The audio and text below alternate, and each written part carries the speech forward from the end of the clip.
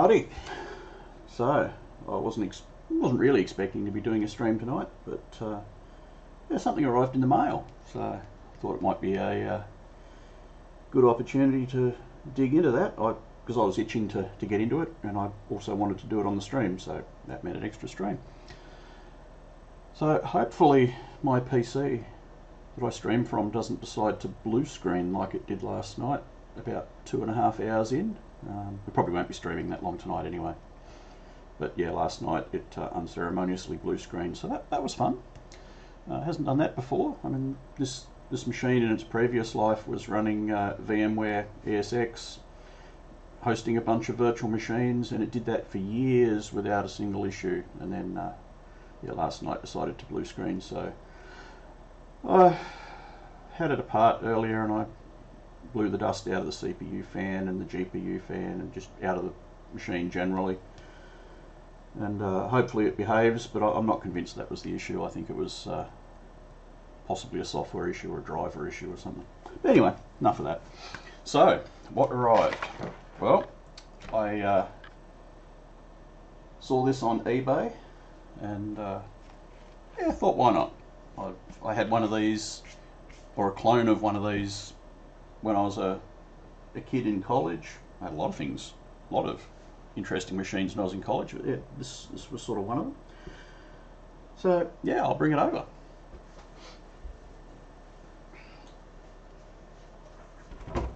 Ta-da! We have one very yellow, and you might think Apple II, but it's not. It is, but it's not. It's an Apple II clone, as you can possibly tell by the Apple sticker that at some point someone stuck on it. This machine's clearly been sitting in the sun for a long time. It was very yellow. I don't think the cameras, because of the light, maybe if I turn the light off for a sec, you'll get to appreciate just how yellow. Sort of might give you an idea just how. In fact, no, even that doesn't quite convey it that well. It's very yellow. So yeah, this may be my first foray into retrobrighting, because it sure as hell needs it. So yeah, not an Apple II, Apple II clone, and I have never heard of this particular clone before. You can see, maybe, yeah, that might give you an idea just how yellow this thing is. So yeah, and it's missing its badge. I have no idea if this works. It was sold as is, untested. So yeah, it's a Vectorio. Yeah, I have no idea. I've never heard of it before. As I say, don't know if it works. Don't know how. I mean, it's an Apple II clone, so you know it should work and behave like an Apple II, but how much of a clone? I don't know if it's an exact sort of circuit copy. You know, whether Apple II schematics would be helpful for this one. I have no idea. This is pretty much the first time I've even had the case off. I mean, there's 6 ROMs in there. I think they're 2732s. I think it's going to be wise to try and read those, see if I can, see if they're any good. Otherwise I may have to try and source some 2732s from somewhere and burn some new ROMs. But yeah, first up, I thought I might take the PCB out of the case, the keyboard out of the case, the power supply out. I have no idea if the power supply works, so I want to have a quick inspection of that and power it up disconnected from the motherboard, just in case it's going to do anything completely untoward and cause smoke. Yeah, we might work towards seeing if we can power it up and see if it works. If it doesn't work, then it's going to be interesting trying to work out why not. which may not happen tonight because I don't have schematics handy, and I don't even know if they relate to this machine, the Apple II schematics. But I imagine over time there's going to be a bit of fun had with this machine, getting some expansion cards and playing with that, and, see how we go. So anyway, we'll turn it over. I have no particular idea how this comes apart. This is actually the first time I've even seen the bottom of it. Somewhere here I've got a screwdriver of the side. There it is. No, it's not. Somewhere. Oh, what did I do with it? It's a flat bladed screwdriver. Somewhere I've got a screwdriver of an appropriate size to undo those screws. Ah, story of my life. Story of my life. That's a small one, but I was hoping for something on the larger side, and that's going to be flathead. I had it here this morning. Ah, are you kidding me? Well, see if we can do with this one. I don't know whether these, well, they are. I was going to say, I don't know if these screws are into threaded inserts, but they are by the look of it. So I probably don't have to worry about the soft plastic. Someone's been here before me. Well, sorry, soft plastic. The brittle plastic is what I meant to say.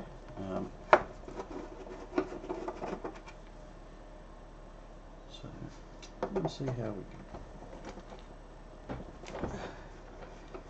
My other screwdriver would have been better for this, but I don't know what I've done with it. Oh, there it is on my desk, my other desk. I have no idea why this would have been, turn around so you can see it, but no idea why this screwdriver would have been on my work desk. I don't use it over there, I have no need to use it over there, but that's where it was. A little bit of rust on these screws, so I'm thinking it might have been in an area with a little bit of humidity, but they look like fairly standard PC screws, so other than the fact they're black, they probably won't be hard to find replacements for. Pops out. I wasn't sure if the screws in the feet were part of holding it together. Doesn't look like that. So hopefully we can just lift this off. We can. So unplug the keyboard carefully. Oh, and even then I managed to bend a pin, because it's just like an IC header, so it's not particularly robust. No idea if the keyboard works. Obviously I haven't had this machine powered up. I mean the keys feel alright, but whether they are is another question. Bit of crap in the bottom. Right, so I'll disconnect the power supply. I'm inclined. Yeah, someone's been here before too. I'm just going to the other camera. Someone's been here before because half the screws are missing out of the power supply. So I believe the person I bought this from, I think collected this at a market years ago from what I remember him saying, and it sat around. He's never had a chance to do anything with it, and I guess the time came to move it on, which he duly did. But I think from memory the guy I bought it from, speakers over here but the connectors over there, complete opposite side of the board. I think he does a lot of Apple II or just Apple stuff in general. So I'm going to try taking this motherboard out, if I can get that, because I just want to see what the bottom of it looks like. I'll do that one in a minute. Fortunately, no Vata batteries and reefer capacitors. Well, might be reefers in the power supply, but if I can just gently prise that. I hate these little plastic tabs. Oh, get me out. PCs used to have them back in the day too. Horrible bloody things.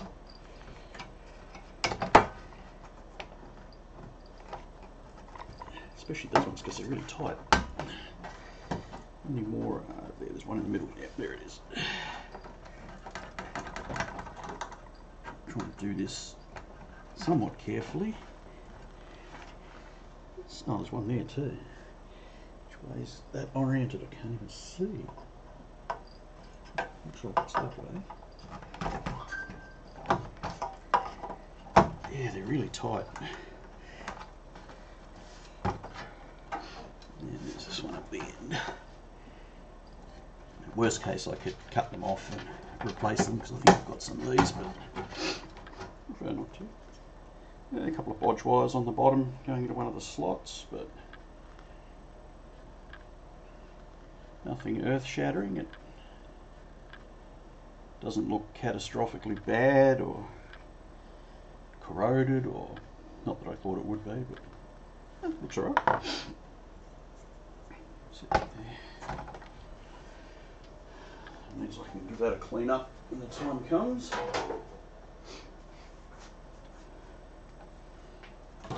That's our, where am I? That's our motherboard and the power supply. Also got an adjustment for the 5 volts. So I'm just going to quickly pop this open. It's got a 110 220 volt switch here that's covered up, so I might just quickly eyeball that. See, it is set to 220. Oh, it appears not to be. Appears to be set to 110. Interesting. Oh, actually, it's funny, the switch is slid to the 110 side, but hopefully that's not going to strobe. But the exposed marking says 220. That's not confusing at all. So we might have to check into that before we power it up, because I've seen what happens when you put 240 volts or 220 volts into a power supply rated for 110.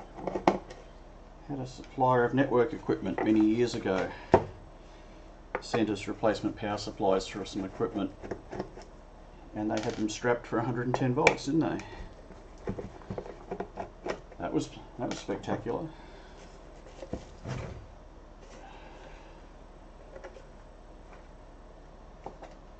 Just maybe, oh, well, that's interesting. It's riveted shut.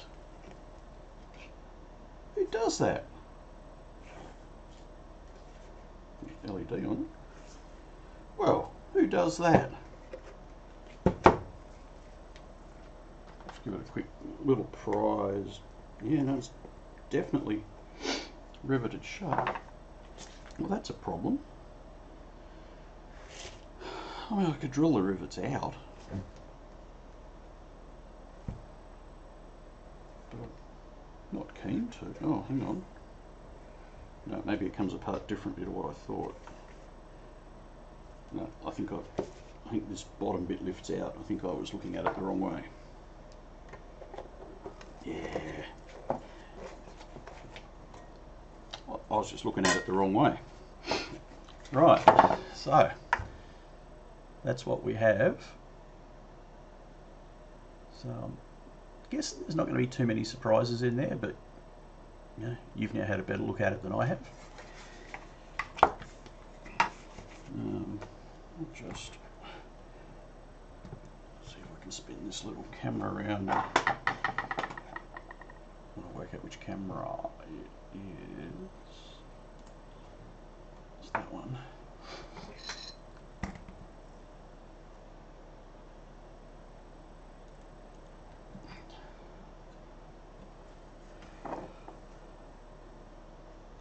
So, yeah, that's what I'm looking at. So it doesn't look too bad in there. There's some caps that might be a little bit sus. I mean, that oh, it's hard to tell. It looks, I'm trying to tell if these caps are glued down. They probably are. They look like they are. Or whether they've dropped their guts.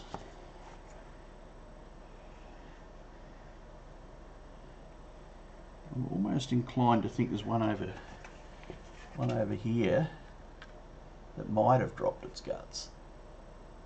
Just looks a bit. It's hard to tell. The glue they've glued them down with is sort of a browny orangey colour, and that crap on the board is sort of a browny orangey colour.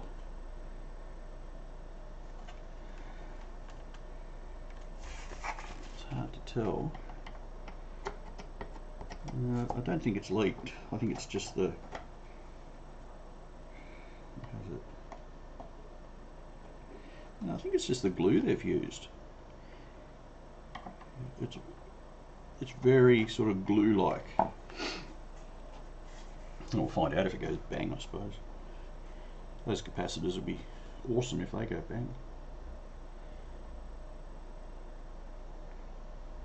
I'm not seeing anything particular leaping out at me there. I might just put the meter over the fuse and see what the fuse looks like. See if the fuse is blown. I'm sure it won't be, but we'll just check it. Oh, that's a worry. Maybe the fuse is blown.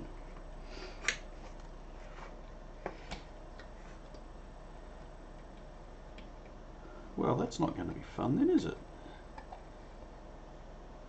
Yeah, it's definitely open circuit.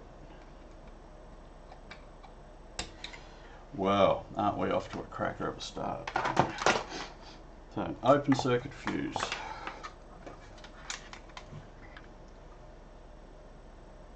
Trying to see if I can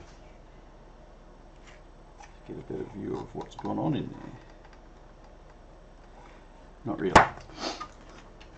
So I think, how much fun is this going to be? I have to get the voltages come out of this. 5, 12, minus 5 and minus 12, so all 4. Joy. So something has let go. Taken the fuse with it. Oh, what a pain. We have to take the board out, and that's not going to be terribly easy. And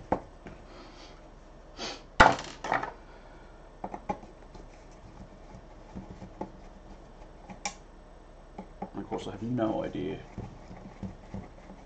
what's gone wrong with this.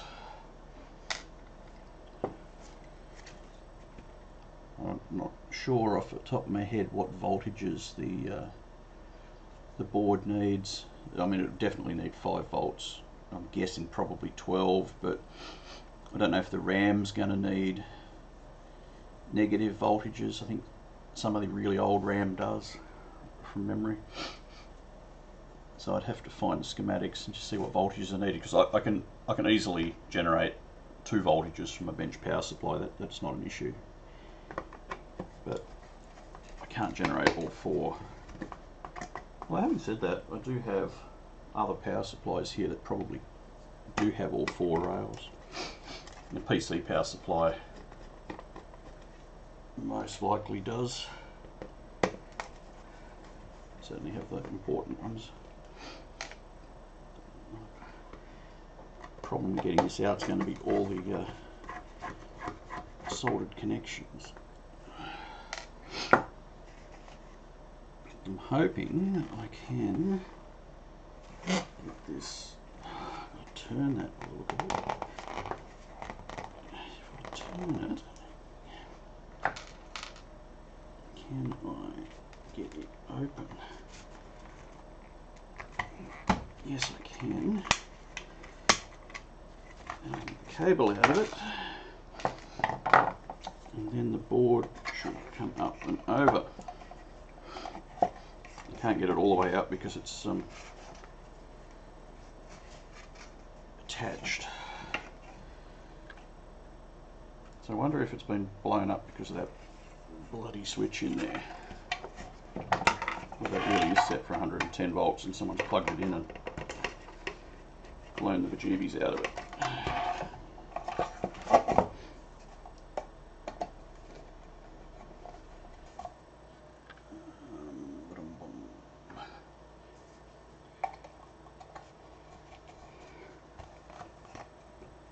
Of course it's got a nut on it.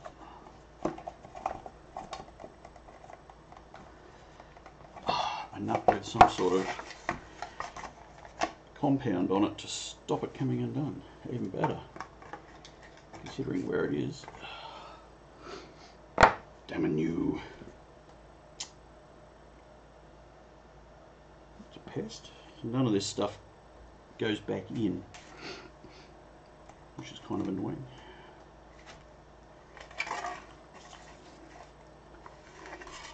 Those bloody wires in that switch that I particularly want to get off.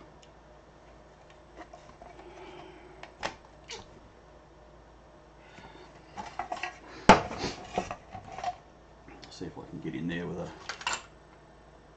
something like that. Trying to set the board on the bench so I don't bugger it up.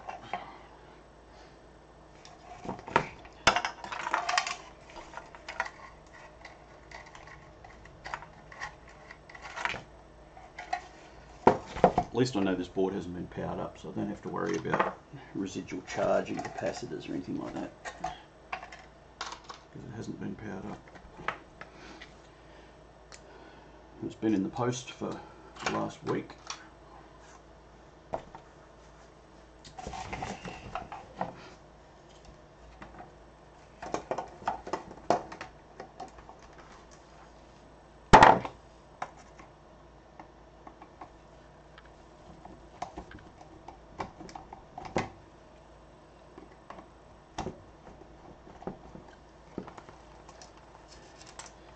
Get this one out because the wires that go to this switch are particularly tight, and it also just so happens that this switch, when it comes out, goes inwards.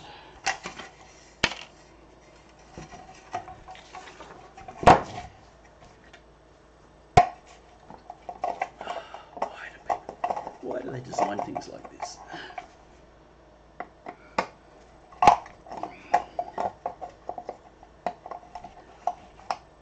Ow! Unfortunately, I don't have a socket that fits on here, so I can't just put a socket on it and hold it.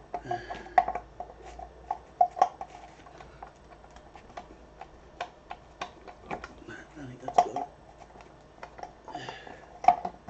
Not even close to having it.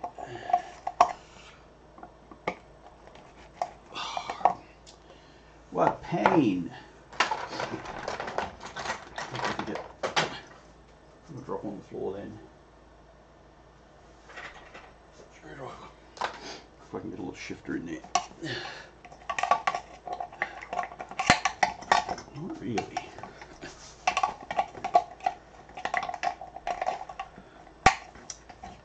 size was that? What do I do with it? There it is.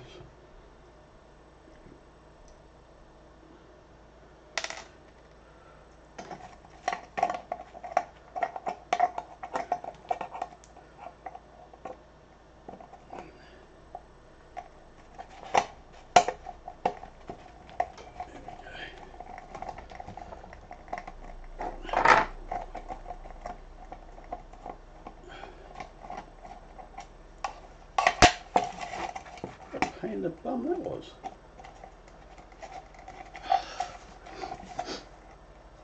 Not a fan of that.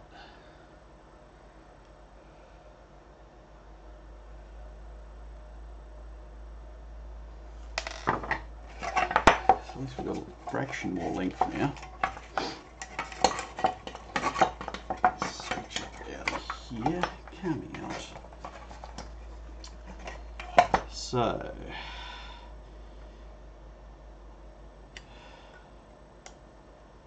this is 110. I wonder if the switch was put in backwards. That makes sense. If the switch was put in backwards, then the little dividing line on here would point to 220 and it would say 220 on the switch, but it was put in the other way, so when you move the switch to where it says 220, where it says 220 on here, the marking on the thing points to 110. So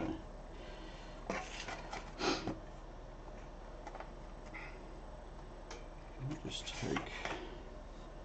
follow the iron up and just disconnect that from there.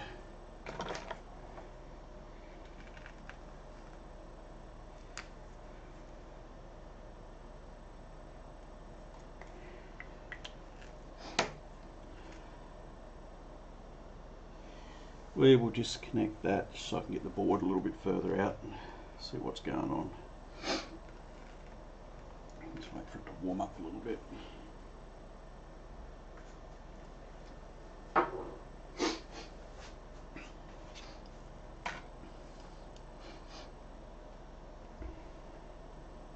Alright. There we go. Now we've got a little bit more to play with.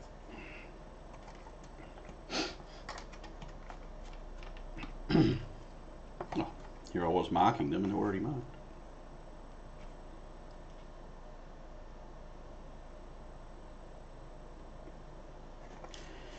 In that case,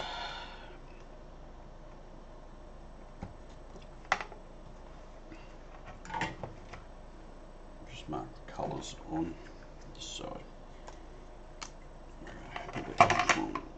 Neutrals.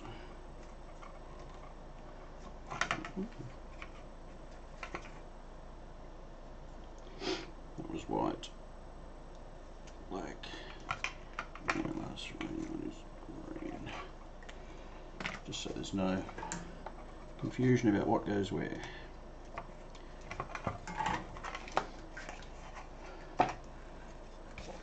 Right. So our switch here, what does our switch do? I can't tell.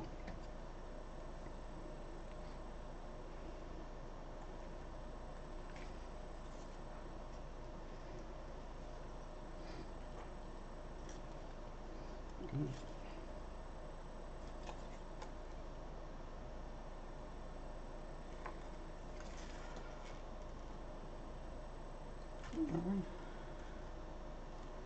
If it goes across there,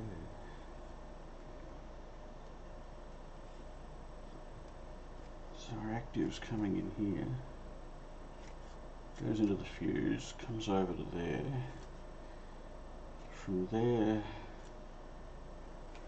must be a surge suppression MOV type thing, goes up into here, it goes into the transformer. And baby transformer, and there's your neutral. Right, and then out the other side over here. It's just, where are we? So we come out over here. That's the secondary side. The secondary side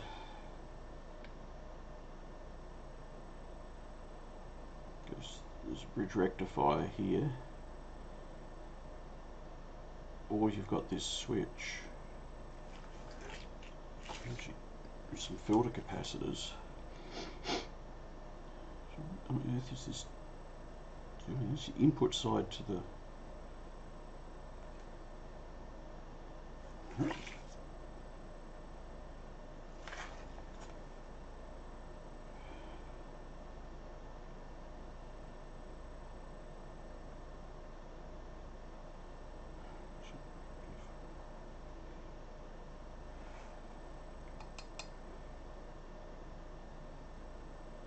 So I'm just thinking if that switch was in the wrong position, then if it was in the 110 volt position, then potentially it's going to pull way more current. But then it shouldn't pop the fuse, because I imagine that fuse is intended for both given it's soldered in, I imagine it's intended for both 220 and 110 volt operation. It would seem a little unusual to have a device that's intended for 110 volts and with a fuse that's sized for that be switchable on the back, given you have to pull it apart and replace the fuse. But it's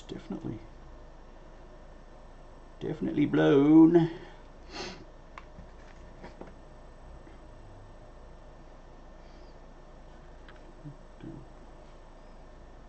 So that's that into the fuse.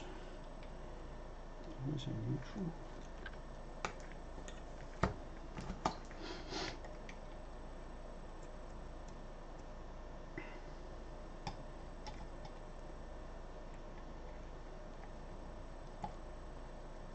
It's a bit weird.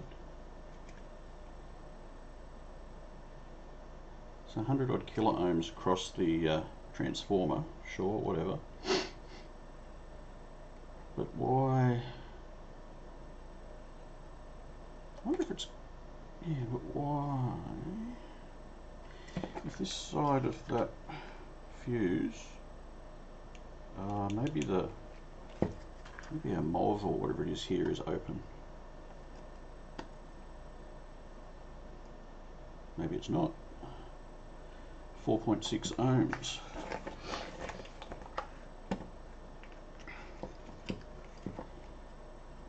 So 4.6 ohms across that.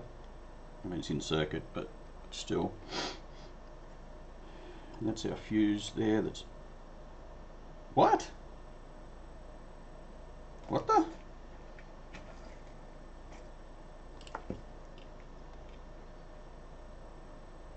.2 ohms. Well, that's not blown then. Huh? What? Got a broken wire here, isn't it? Got a stuffed solder joint or something. Something's stuffed, because when I meter it on this side, nada. And when I meter it on this side, it's a dead short.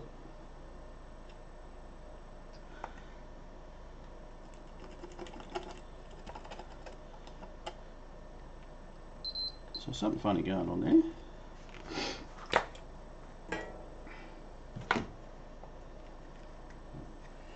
Just quickly reflow these. Failing that, I might pop it completely out and just see what's going on.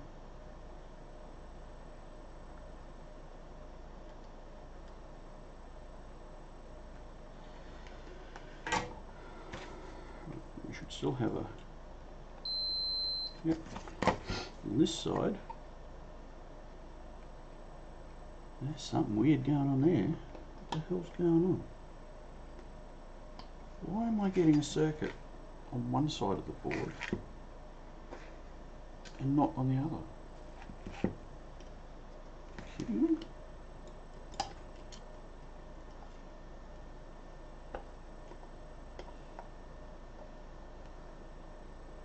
Oh, is there a plastic coating on that? Oh, there bloody well is. Who does that?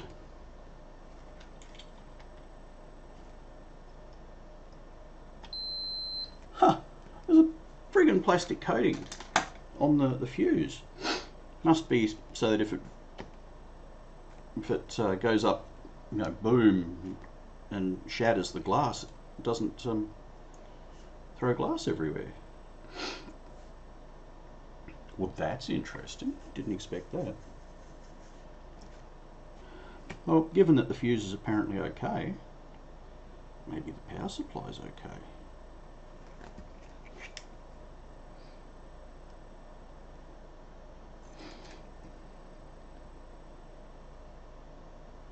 It possibly needs recapping, but I don't think I'm going to do that right now. I really just want to see if I can get this thing going and get a bit of a handle on what might need to happen to the rest of the machine. So I can put this back together, but before we do, give it a bit of a muck out. It looks a little bit filthy in there.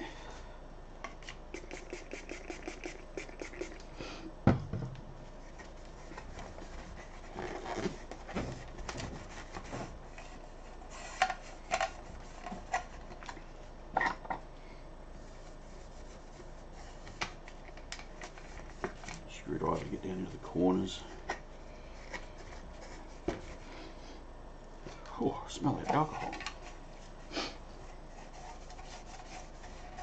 I mean, it's only the inside of the power supply, but I figure since I'm in here, I might as well have a bit of a go at mucking it out.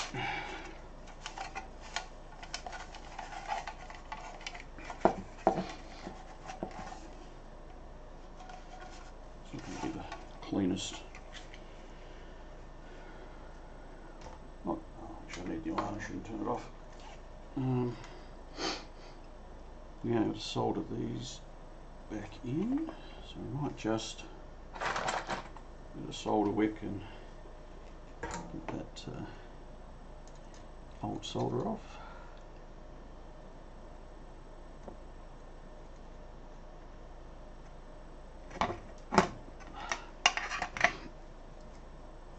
Ooh, solder wick gets hot quick.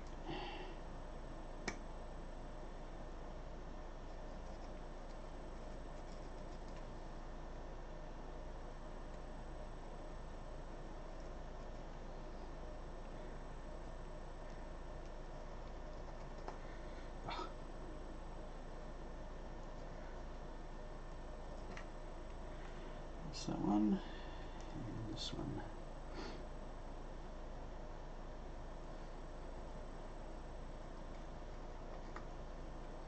Heaps of solder on that one.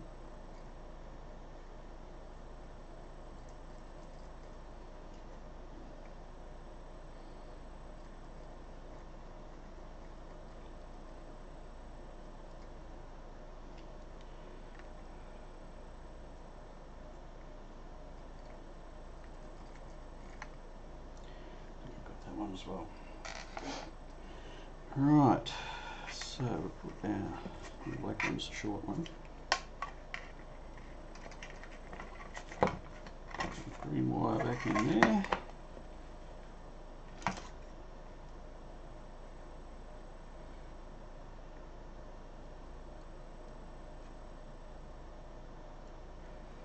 Solder here with some nice fresh solder.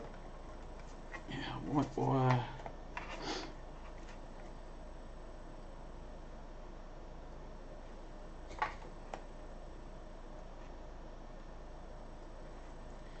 And white wire back in here.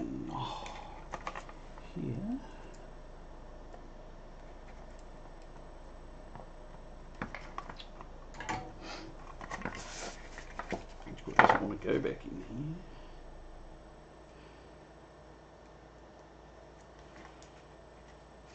Sort of resisting the urge to cut these and re-tin them because they're already pretty short. So I'm resisting the urge to make them any shorter.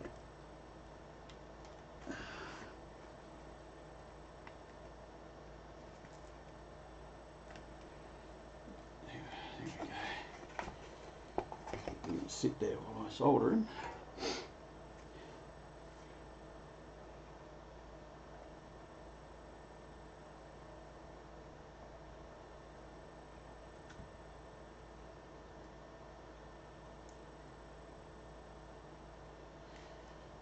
It's a pretty big pad. It was sort of wicking the heat away there for a bit. And the black one, the live one, is over. Oops, of course it goes on the other side of the board, you moron. Goes in there like that. It's going to fall out a little bit, but I can. It's got him. Make sure it looks alright. Yep. Now we've got to get this little bugger back in. I'm sure that'll be as much fun to get in as what it was to get out. i.e. not much.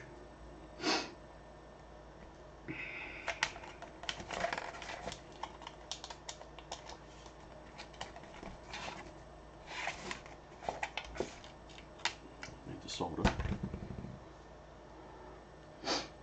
Almost need some blue tack to stick it to my finger. That'd be handy. Except I don't have any. Maybe I do. Maybe I've got some over here. Sure, I've got some somewhere. Here's a little bit. Put that on there, then I can put it on my finger, then I can stick the nut to my finger.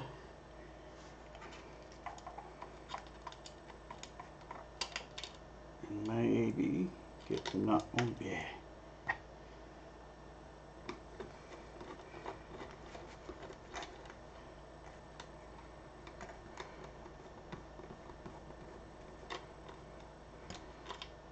So we were talking about Amigas last night, and it was suggested that I, had I looked at a Gotek for to use in place of the floppy drive, and my first comment was, well, not really, because they're kind of pricey. I jumped on eBay last night after the stream, and after I checked out Technobill. I had a bit of a Technobill wasn't on, but I checked out some of his one of his previous videos and followed his stream. But yeah, I was looking at Goteks on eBay, and they weren't as expensive as I remember them being. So I've ordered myself one of those. So that was a good suggestion. Thank you very much. Yeah, for some reason I had this recollection that they were well over $100, and I got this one was about 50 something Australian dollars, I think 57, something like that. I was like, yeah, I don't mind paying that. What I am chasing down though is the pin out. There's a cable to allow you to run the Gotek externally and pick up the power. It looks like the power must be on the floppy port.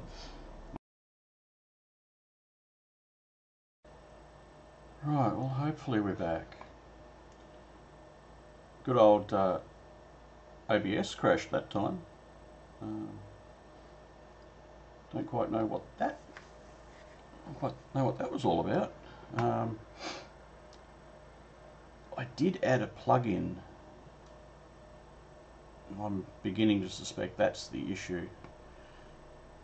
So yeah, and it's a plug-in that activates on scene changes, which is exactly what I was trying to do when it decided to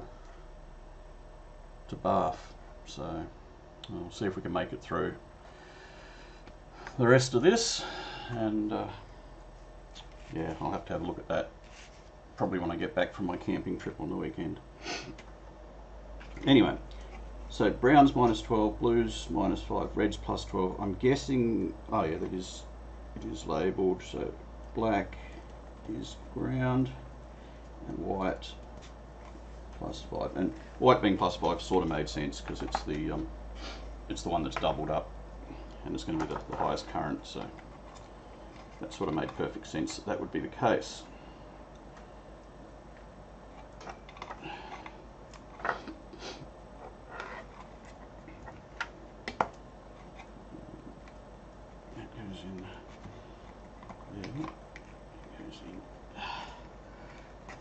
Should go in there. It's going to be bloody. Let me go back in. Right. Yeah, our switch here is set. Because I installed it the exact same way it was in there before, didn't I think. I can't even see it. Oh, stop it.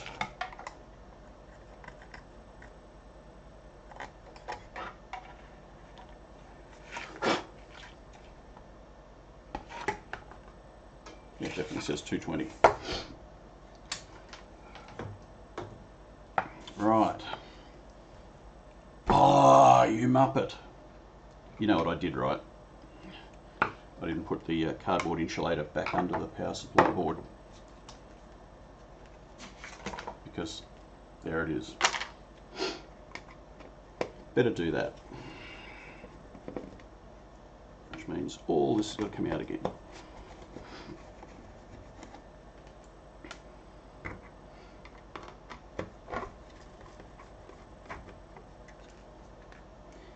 I knew I'd forget to put it back in. When I sat it over there, I'm like, yeah, I'm going to forget. Can I do it? Oh, I'm going to take the heatsink screws out.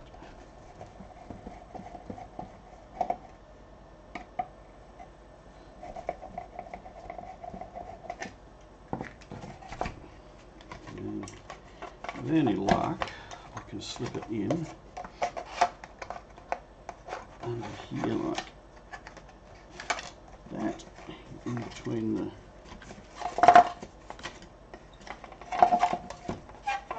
really?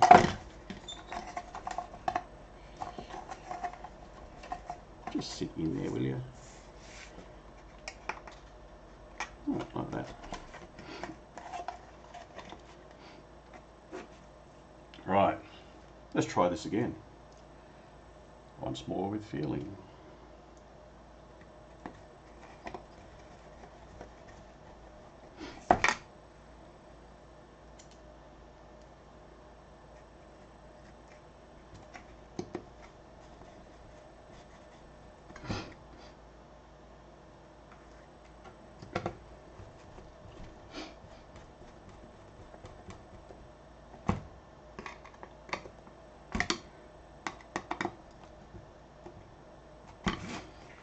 More. I've got on my finger.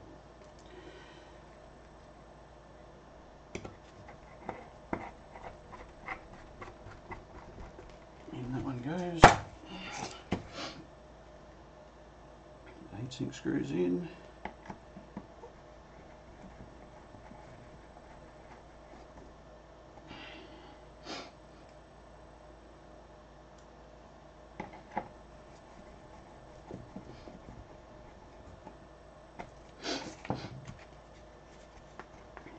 LED out through its hole. Put the lid back on. I'm just going to loosely, well, not loosely set it there, but I'm going to not go all out screwing it back in.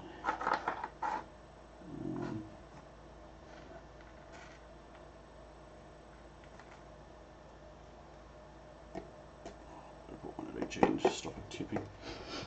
At least if it goes bang, this will contain the bits. Full of.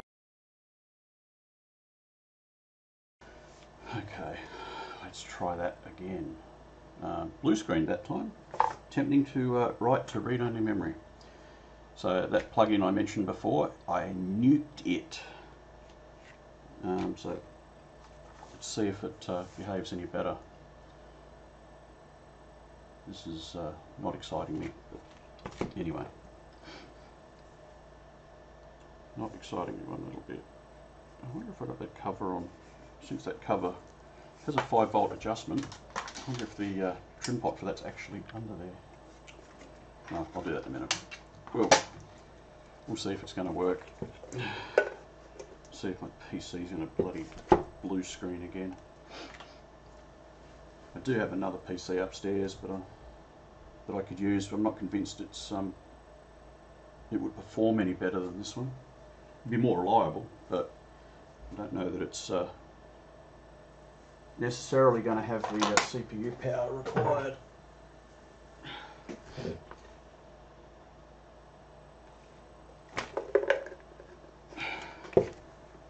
Oh, we'll see what happens here.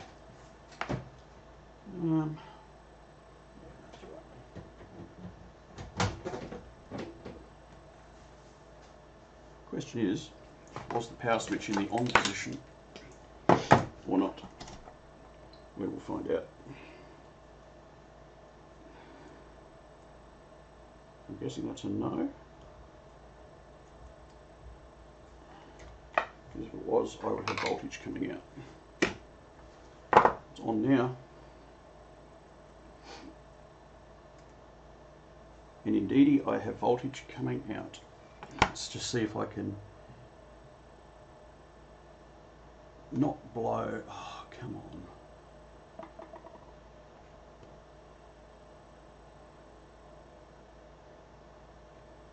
See if we can not blow things up. But, right, so black to red should be 12 volts. 12 volts, 12.19, that'll do me. To blue should be -5, -4.7, I'll pay that, it's close enough. So the white wire should be 5 volts, almost spot on. And the brown wire should be -12. 11.28, slightly low, but I don't think the neg 12 is going to be used for a whole lot, so I'm okay with that. Right. So,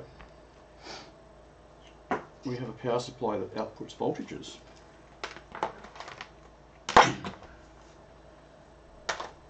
That's a start. So, of course the speaker's stuck to the bottom of the case over here, isn't it? How stuck is it, I wonder? Oh, it's pretty stuck. Not terribly familiar with the apples. It's been a long time since I've used one. So let's just a quick check. See if we have any shorts or anything silly. Which way does this go? It goes that way.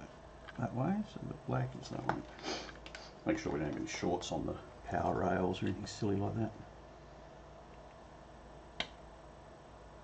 No, we're up in the mega ohms, that one's alright. High kilo ohms, that one's alright. 0.1 ohms, that's... Oh, that's not connected, so that's probably another ground. That's not connected on the power connector though. 126 ohms. Yeah, but that's the 5 volt rail, there's a lot of stuff on that. And in the high kilo ohms. So I'm thinking we're probably going to be alright. But before I put power on this board,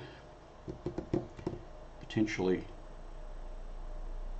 upset things, it might pay to pull the ROMs out and read them. Just in case something happens to them. When it powers on, at least I'll have a copy of them that I can use to recreate them. So I might just quickly do that. Just get this cable out of this cable vest over here.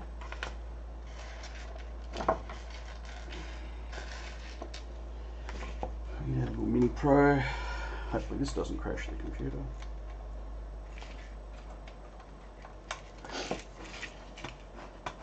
Mini Pro software. Right, and we want. Let me. Trying to remember how to drive this now. Read. No, but I need to select the device first. ROM. We don't know what breed they are. Hitachi, by the way. Can this thing do a 2732? Just see. 2716, if you can do that, you can do a 32 surely.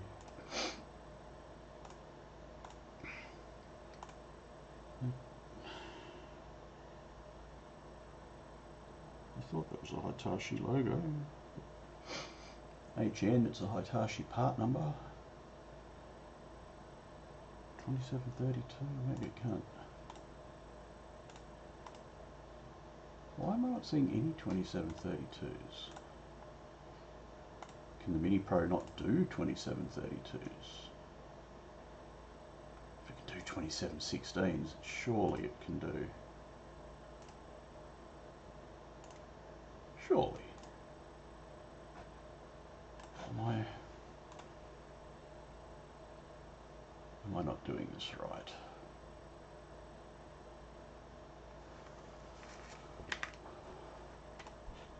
He must be able to.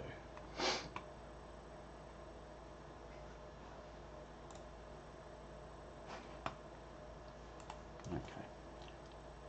Let's consult the Oracle.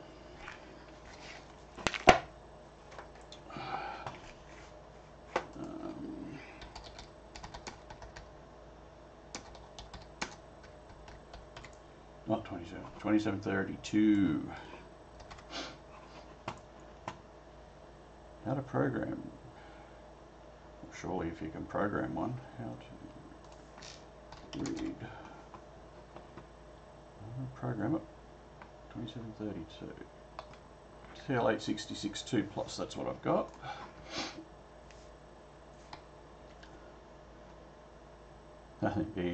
EEV blog forums. Wealth of information.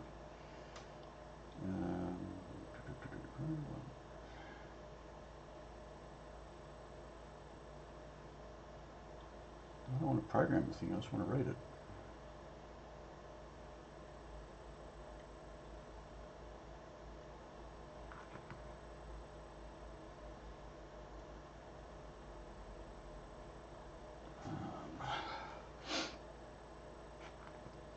That's not helpful. I don't want to program the thing, I just want to read it.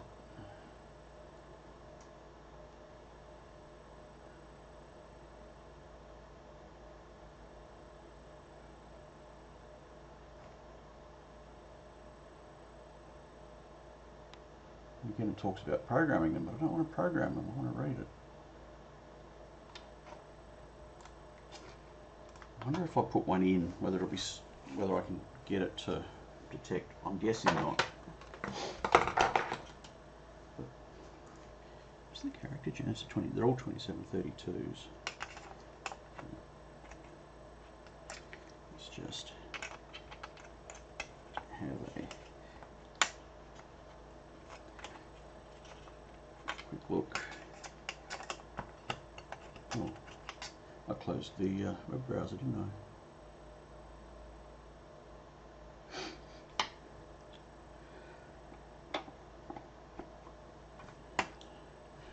So that's what that auto scene switcher was supposed to fix. So if I did things like close the web browser, it switch back to a different, switch back to a camera. But yeah.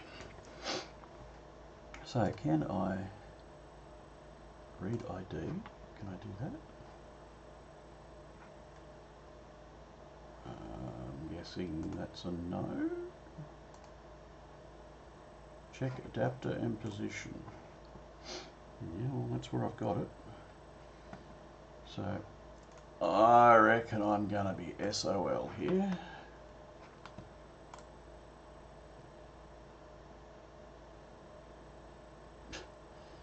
Yeah, well, that's the wrong chip, but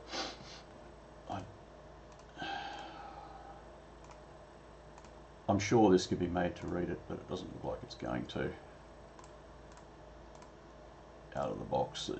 It appears from the quick reading it'll have issues programming one of these chips, but right now I don't want to program it, I just want to read it.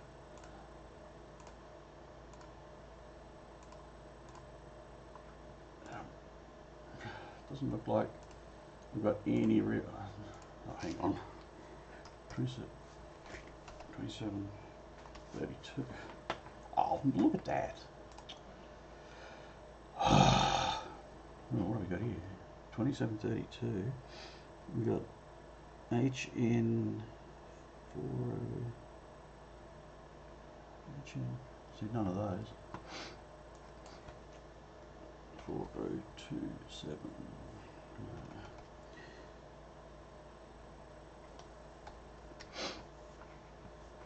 It says 2732 options. Nothing from Hitachi. I wonder if I can. I only want to. I only want to read it. Read.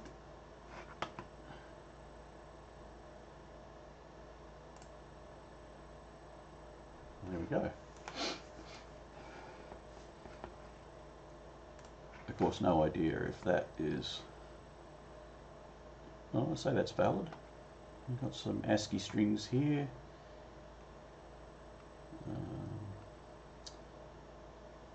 We got, yeah, terminated by a high bit probably. So yes, I reckon it read that. Okay, so save. Put that on the desktop. Create a folder. Vectorio. And we'll call that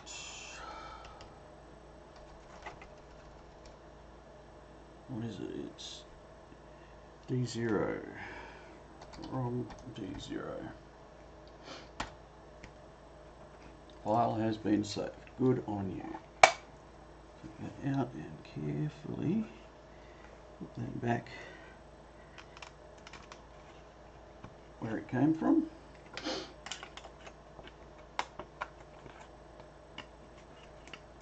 Rinse and repeat.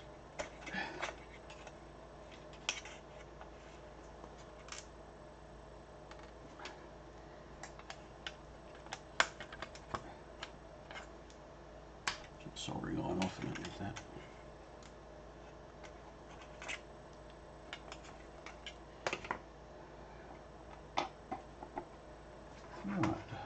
Right, read. Does this one look like it's... I don't know what this image is supposed to be. I don't have any checksums or anything of it. Yeah, extra ignored. So I mean, we're getting strings and things in there that suggests it's probably reading. So that's going to be ROM D8. ROM D8, yep. And get it back to where it came from. Well, it would, except I'm off by one pin. That wasn't very smart of me.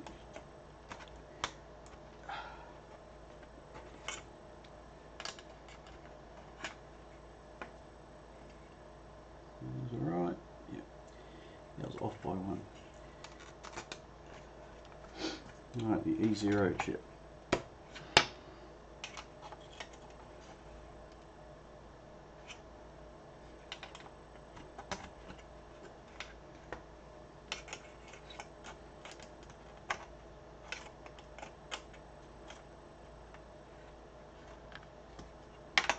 E0.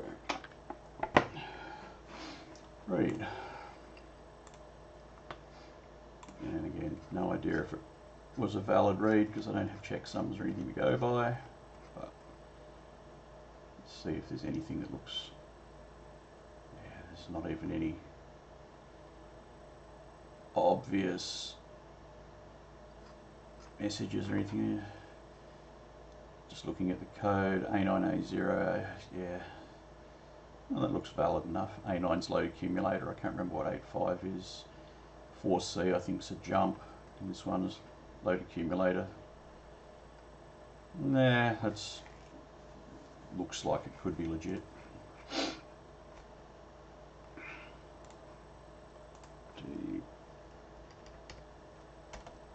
E0.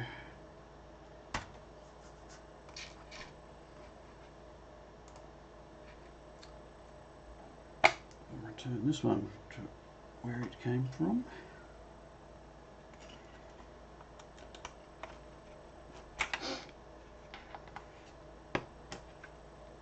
E8.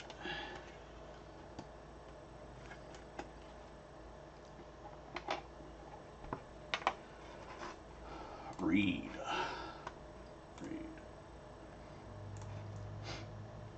Anything stand out in this one?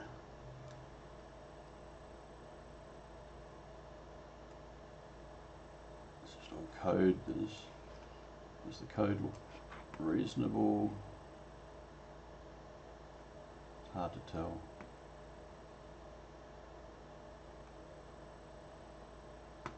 And that looks a bit weird, but it might just be a lookup table or something. Same with that, and this whole section could be. This, I think 60. Oh, it's been a while, but I think that's a bit instruction, maybe. 20, I think it's JSR. Yeah, maybe.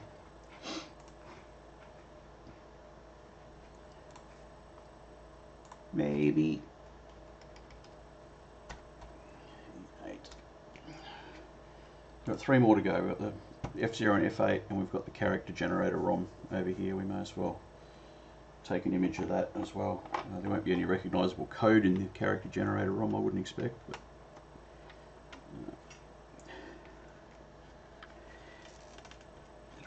it's just going to be character bitmaps, I reckon.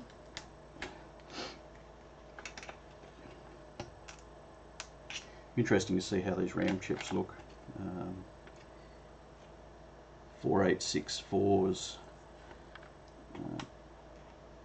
Hitachi parts, so they might be alright.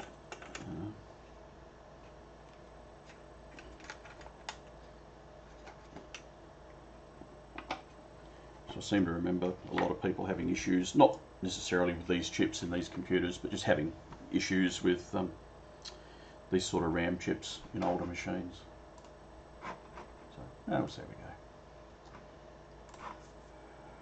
go. Right, so is there anything particularly recognisable in here? Yeah, not really, but that's probably alright.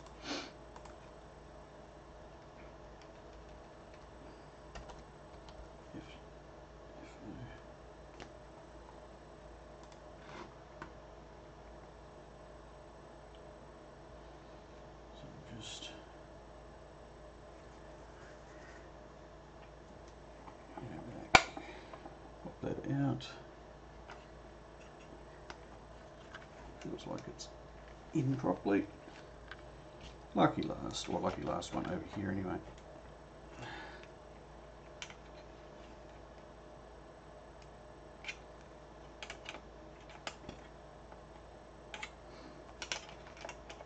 Just going easy on these because I don't particularly want to get into the position of bending and breaking pins. While I imagine you can get these EEPROMs still, I reckon they're possibly getting hard to get and not cheap. Yeah, and there's... So it isn't just a blatant rip-off of an Apple ROM. Well, maybe it is, but I did see the text Vectorio in this one. So I mean, maybe it's a blatant copy of the ROM and they've just changed the string Apple to, you know, or Apple II to Vectorio, but it's at least it's not a completely identical copy.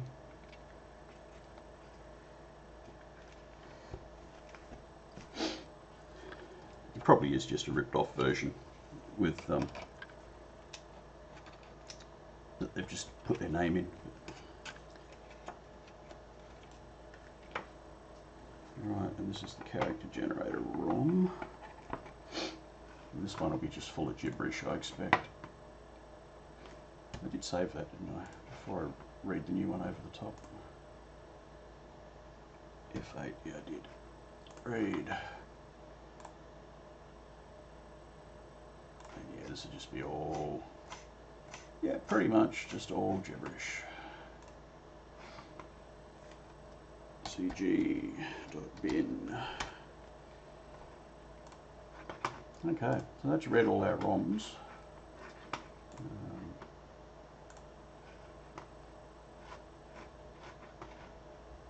What is going on?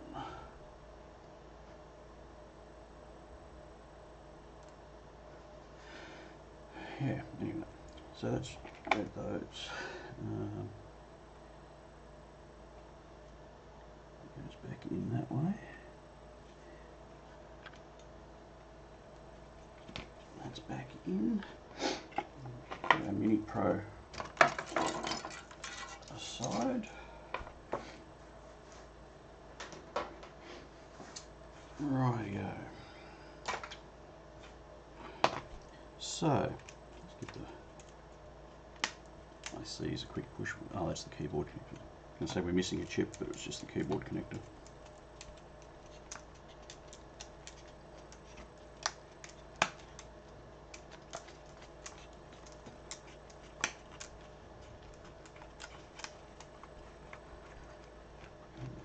RAMs all nicely.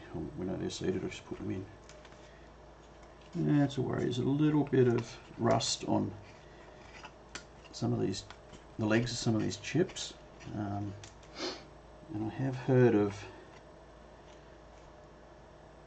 rust like that, and rust and corrosion actually making its way into the chips, so that could end up being an issue, but we will see.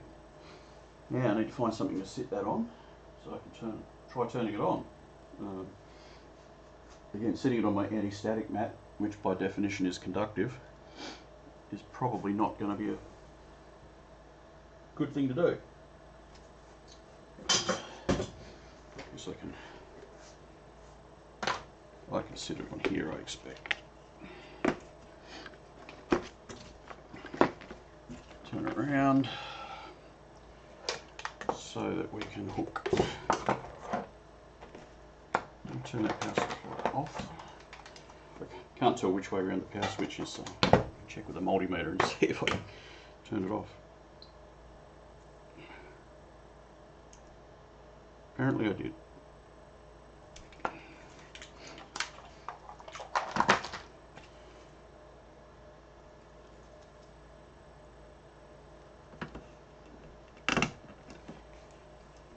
Now, I don't know how happy these are without a keyboard, but we're about to find out.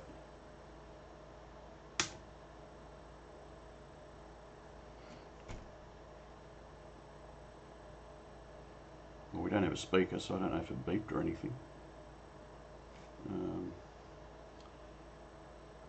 What I can do, I don't know if this is going to work.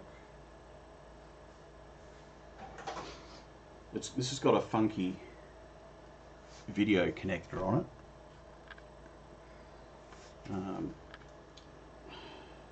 It's not the same style of video connector the Apple usually had. I think they normally have like a crap. There's stuff everywhere. I think they normally had a an RCA style video connector. This, for some bizarre reason, has a 3.5mm TRS jack. And I have no idea which of these three jacks, if any of them, is that on? No. I don't know which one of those is likely to be video. And even if my little monitor thing here is gonna, oh man, everything is knotted up with everything.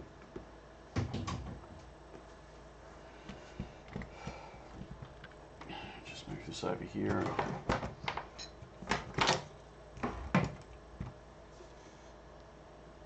point it at the thing, and hopefully in a minute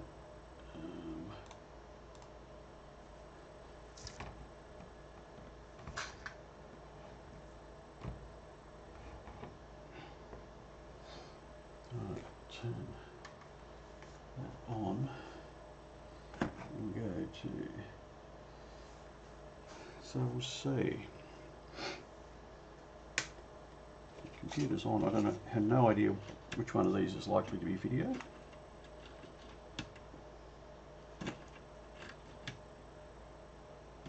Well, I guess it's, or I'm plugged into the wrong thing over here. This is just a hodgepodge of cables, so I don't know if it's necessarily going to work. Oh! There we go, we've got something. It's not that one. Not that one, so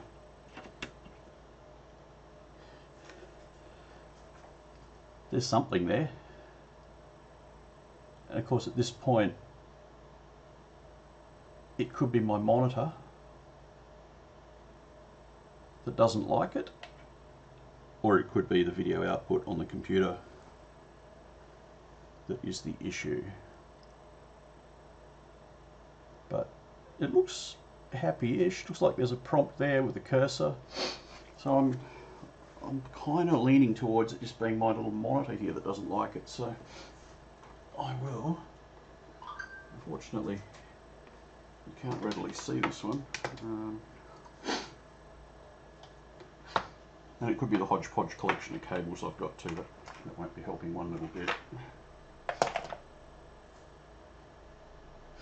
No. And even over there on the TV, it's the same. So it is indeed possible that I either have two TVs that don't like it, and that's probably less likely, or it's a video output problem. I'll have to study up a bit on how the Apple video works.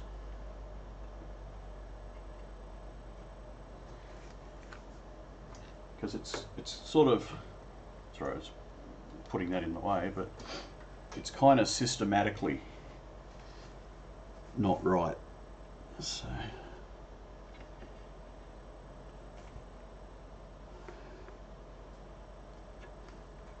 sort of having a bit of a poke and see if anything.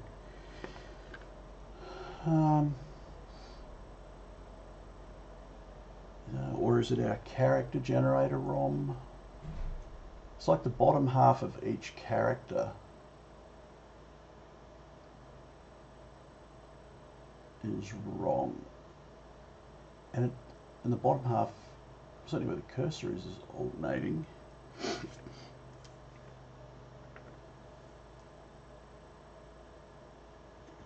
I don't know if these machines. Yeah, they crashed it when I touched the crystal, as you'd expect. No, I don't know this.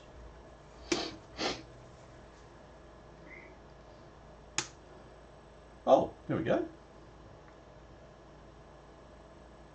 Vectorio flashing. Interesting.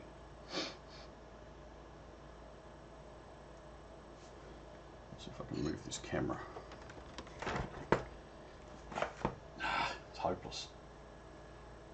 Hang on, let's just go to something a little less dramatic while I see if I can get something rigged up.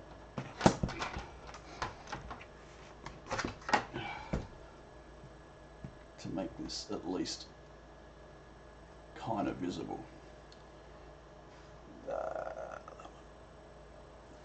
Yeah, so I guess that's what it's supposed to do. Is it repeatable? Or was that just a fluke? No, it did it again.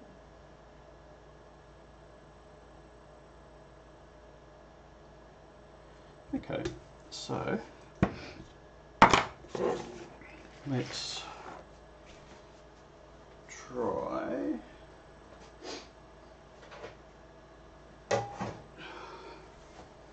How can I cobble the keyboard into it? Oh man, that's filthy in there. It's like growing. What can I do? How can I do it? Which end? That's a good point. Which way does that go? I didn't take note of that, did I? That wasn't very smart of me. Is it? Great. Did I take a photo of it earlier today when I had it open? I had a quick Open in the box. Don't think I did.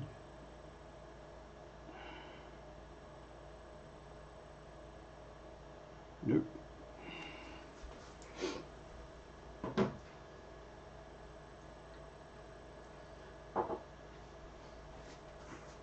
So, which way around does the keyboard plug in? Which way? The machine goes that way. Yeah, I reckon it is that way too. That's the way the colour coding implies that it would be.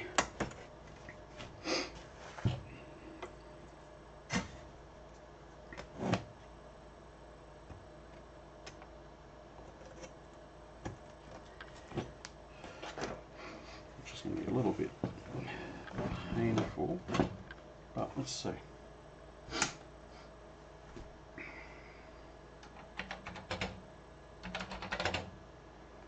Where are the keys? I'll do this one. Same thing everybody does. Look at that. Oh, well, look at that. Good if you could see it, eh?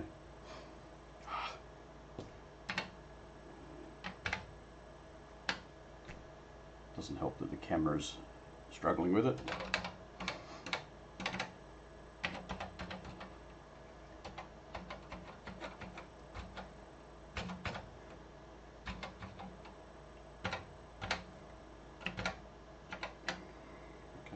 That one. Escape key.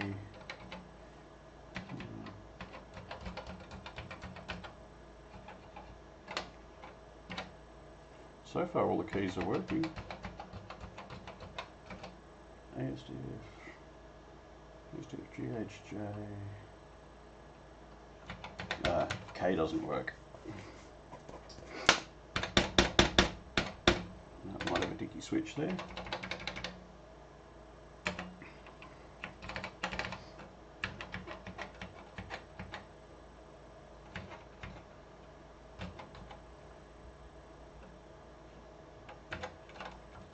Shift keys work. Well, I don't know if Control G beeps because I don't have a speaker plugged in. Yeah, Control key's working. Can't tell if Escape's working. Yeah. Oh, it does have lowercase. This is your caps lock key. Huh. Right. I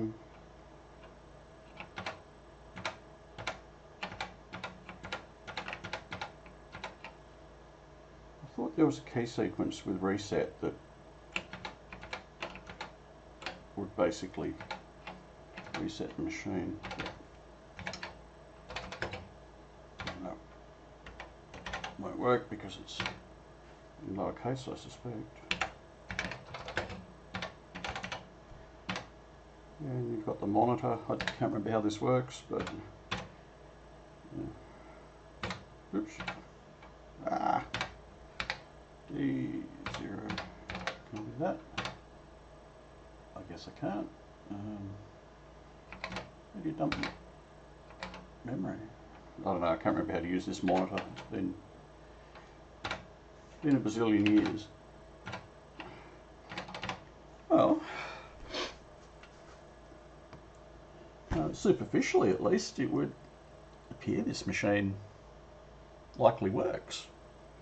I mean, the time will come to probably write some code just to run through memory and check that all the memory's okay, but so far so good. I mean, the memory's okay enough that it boots up and runs. I don't know whether this memory is 1 bit wide or 8 bit wide. The parts are 4864, which sort of implies to me it's going to be 8 bits wide. And that's relevant because if it was 1 bit wide, then it would take all 8 chips to be working right across the entire 64K. So if for example one chip was bad, then even 0 page on the 6502 would be corrupt, and that would cause issues, you know, with even the most basic functionality. But if they're 8-bit wide chips, although they, I can't see how they can be unless they're multiplex. They don't have enough pins. They don't have enough pins to be 8 bits wide. I have to do some digging, see if I can find some schematics, or even look. I don't know how similar this circuit is to the original Apple II. I'm guessing it's fairly close, but I have to have a look and just see how the memory's set up. Because yeah, if they were 8 bits wide, then it's possible that, you know, the lowest 8 kilobytes of memory is working, but you know, the higher memory chips could still have a fault. But yeah, I can't see that it could be 8 bits wide. There's not enough pins, unless it was multiplexed, like the address bus and the data bus were multiplexed somehow. But I sort of want to say that seems kind of far-fetched for a machine this old, but I think some of the earliest RAM chips that were out there had multiplexed address and data buses, so maybe it's not as far-fetched as I might think. But no, it's interesting. I mean, all the ROMs read out apparently okay. The character generator is working. I can see that, you know, the characters are okay on the screen. On the surface, the RAM seems to be working. So yeah, I have to do a bit more research on the board though. Just work out what's what, try and find some schematics, work out what the go is with these 3 sockets over here. I mean, one's obviously video because I'm getting video out of it, but I don't know what the other 2 are. Is one of them audio, or is, you know, am I getting different components of the video signal out of each jack?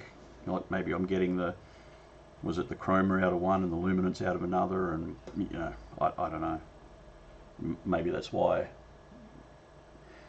was going to say that's why the image I'm seeing is black and white, but then I haven't done anything to put any colour on the screen, so I'm not expect it to be black and white. So yeah, I have to take the keyboard out. Obviously the K key is a little dicky.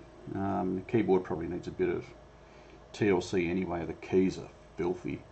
The inside of the machine is just,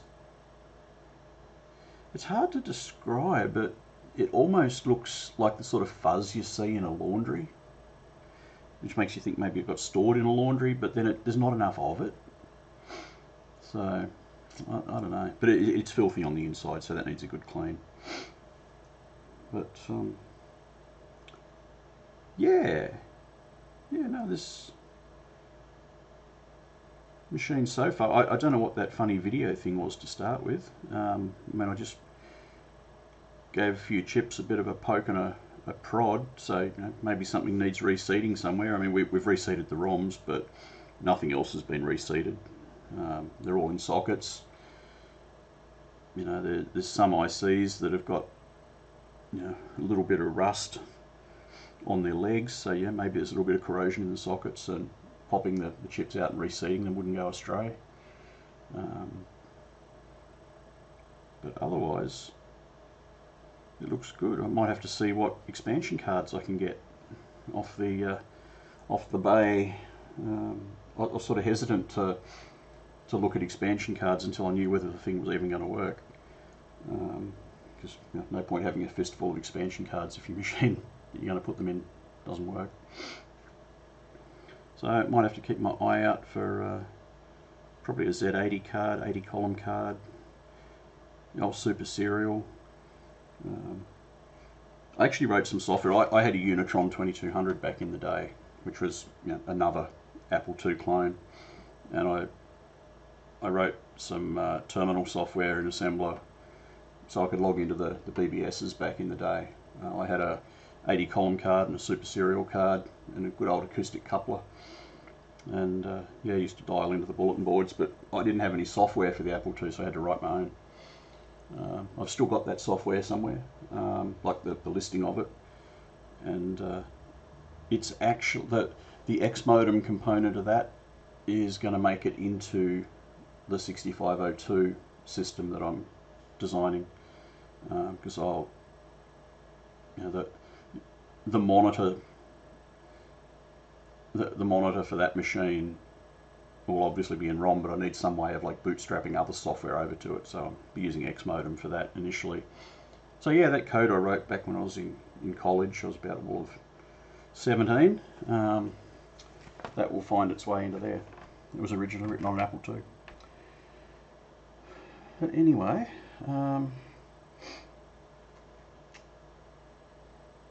yeah, that's good. I'm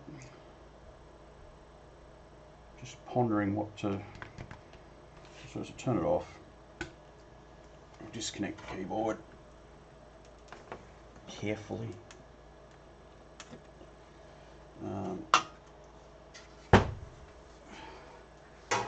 So we might just turn my TV off over here. So the board needs a bit of a clean. I suppose I can. Should I go through and reseat the chips now? Probably should. What do I do with my chip lifter?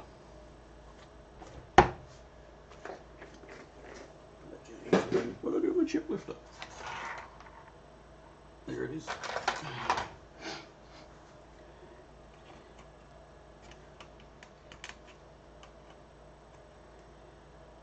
I hate these sockets. They're cheap. That's about all we got going for them. Let's just do that.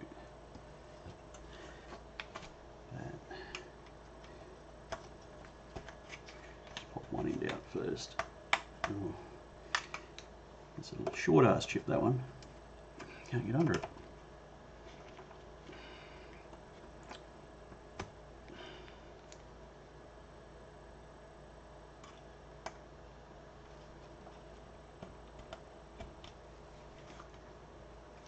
Yeah, they're a pain.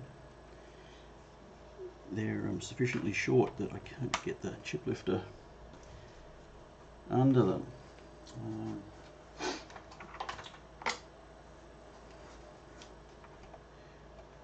can get the end of a screwdriver under the old-fashioned way.